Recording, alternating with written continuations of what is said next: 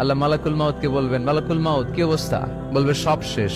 মাইয়াব্বা, কে বাকি? মালাকুল মাউত বলবে জিনেরা বাকি, যাদেরকে দেখা যায় না। আল্লাহ বলবেন জিনদেরকেও শেষ করে ফেলো, রুহু কবজ করো। মালাকুল মাউত আজরাইল জিনদের রুহু কবজ করবে। আল্লাহ এবার জিজ্ঞেস করবে, ইয়া মালাকাল মাউত আখবিরনি মাইয়াব্বা, এবার বলো আর কে বাকি? মালাকুল মাউত বলবে, আল্লাহ মানুষগুলো সব শেষ, জিনগুলাও শেষ, এবার বাকি ইবলিস শয়তান। কে বাকি?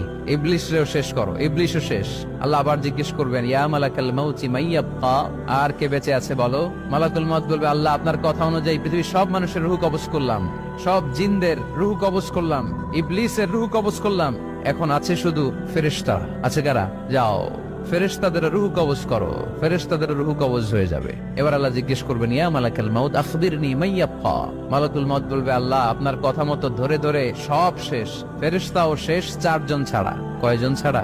জোরে বলেন, কয়জন ছাড়া? ইসরাফিল, জিব্রাইল, মিকাইল, আজরাইল। আল্লাহ এই 4 জন আমরা বাকি। আল্লাহ বলবে, যাও ইযহাব ইনতালিক ইলা জিবরিল ওয়াকবাদ রূহা, জিব্রাইলের রুহু কবজ করো। ইযহাব ইলা ইসরাফিল ওয়াকবাদ রূহা, ইসরাফিলের রুহু কবজ করো। ইযহাব ইলা মিকাইল ওয়াকবাদ রূহা, রুহু কবজ করো। ওই 3 ফেরেশতাও শেষ। এবার আল্লাহ তাআলা জিজ্ঞেস করবেন, ইয়া মালাকাল মাউত আখবিরনি মাইয়াব্বা, হে মালাকুল মাউত আর কে বাকি আছে বলো? মালাকুল মাউত বলবে, আল্লাহ আপনার কথা মতো মানুষগুলো শেষ, জিনগুলো শেষ, ইবলিস শেষ, আমার বাকি 3 ভাই ইসরাফিল, মিকাইল, জিব্রাইলও শেষ, শুধু আমি, শুধু আমি। আল্লাহ বলবেন, কেউ নাই? মালাকুল মাউত বলবে, না আল্লাহ কেউ নাই। এবার আল্লাহ তাআলা বলবেন, মালাকুল মাউত তুমি তো সবাই রে মারছো, এবার তুমি মরো, এবার তুমি মরো, তুমি মরো। শোনার সাথে সাথে মালাকুল মাউতের কাঁপুনি ছুটে যাবে, খিচুনি এসে যাবে ভয়ে। আল্লাহ বলবেন, কাঁপুনি দিয়ে তো লাভ নাই, কারণ কুল্লু নাফসিন যায়িকাতুল। রব্বুল আলামিন বলবেন, মালাকুল মাউত কেঁদো না, এটাই দুনিয়ার বিধান, আমি আল্লাহর দেয়া বিধান, এটাই জন্মালেই মরতে হয়। যাও, জান্নাত জাহান্নামের মাঝখানে একটা জায়গা আছে, জায়গাটার নাম হলো আরাফ। এই আরাফের মধ্যখানে যে দাঁড়াও, ওখানে যে মালাকুল মাউত কাঁপতে থাকবে। মালাকুল মাউত বলবে, আল্লাহ সৃষ্টির শুরুতে যদি জানতাম, সৃষ্টির শুরুতে যদি জানতাম সবাইকে মৃত্যুদান করার পরে, রুহু কবজ করার পরে আমাকেও মরতে হবে, তাহলে এই কঠিন দায়িত্বের ব্যাপারে আপনার কাছে ক্ষমা চাইতাম। আজকে আমারও যে ভাগ্য বরণ করে নিতে হবে সৃষ্টির শুরুতে, আমি এটা কল্পনাই করতে পারি নাই। আল্লাহ বলবেন, নো টক, মুত ইয়া মালাকাল মাউত, মর, মরে যা, মুত, মরে যাও। বলার সাথে সাথে মালাকুল মাউত এক বিকট চিৎকার হাঁকিয়ে মরে যাবে। মালাকুল মাউতের চিৎকারটা সেদিন এত ভয়ঙ্কর হবে, বিষ্ণু ঈসা ইসলাম বলেন, ওই চিৎকারের আওয়াজ যদি পৃথিবীর মানুষেরা কান দিয়ে শুনতে পেত, তাহলে কিয়ামত সংগঠিত হওয়ার জন্য আলাদা করে ইসরাফিলের সিঙ্গার প্রয়োজন হতো না। ওই চিৎকারের আওয়াজে প্রতিটা মানুষ কানের পর্দা ফেটে ওই জায়গায় লাশ হয়ে পড়ে যেত।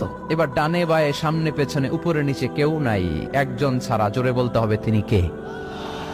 আল্লাহ তখন পৃথিবীকে একটা ডাক দিবেন, বলবেন, ইয়া দুনিয়া আইনা আনহারুকি, এই পৃথিবী তোর নদীগুলো কোথায়? ইয়া দুনিয়া আইনা আশজারুকি, এই পৃথিবী তোর গাছগুলো কোথায়? বটতলা।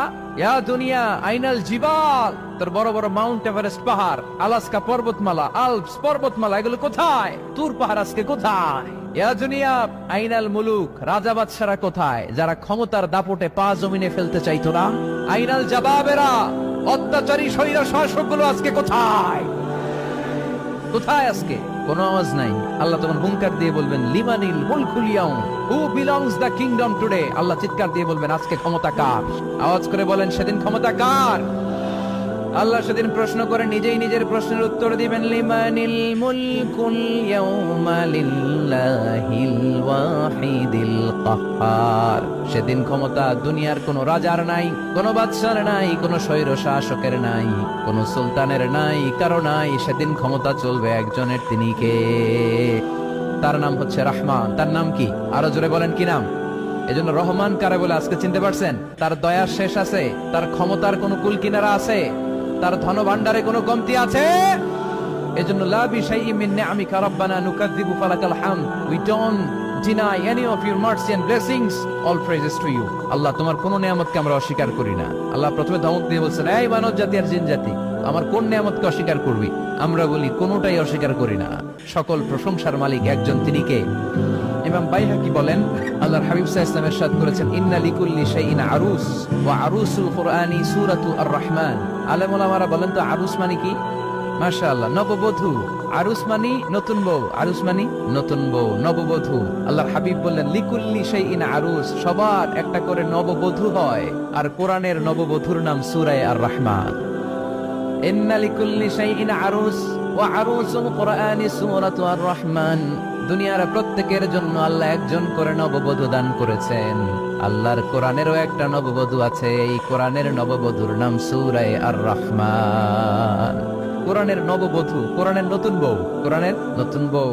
কেন আল্লাহ এত সূরা থাকতে 114টা সূরা থাকতে আর রহমানকে কোরআনের নববধূ বললেন? এর কারণ নববধূ যেমনি বাসর রাতে হাতে পায়ে আলতা মেখে, বেনারসি শাড়ি পরে, জুয়েলারি অর্নামেন্টস পরে, পার্লারিং করে, মেকআপ করে হাজবেন্ডের জন্য নিজেকে উজাড় করে সাজায়, ঠিক তেমনি আল্লাহ তাআলা এই দুনিয়াতে আমাদেরকে কি নেয়ামত দিয়েছেন আর আখিরাতে কি কি নেয়ামত দিবেন, এই বর্ণনা দিয়ে এই সূরাটাকে আল্লাহ উজাড় করে সাজিয়ে দিয়েছেন। এজন্য এই সূরার নাম হচ্ছে আরুস আল কোরআন। কোরআনের নববধূ, সবকিছুর নববধূ আছে। আর কোরআনের নববধূর নাম সবাই বলেন আর রহমান।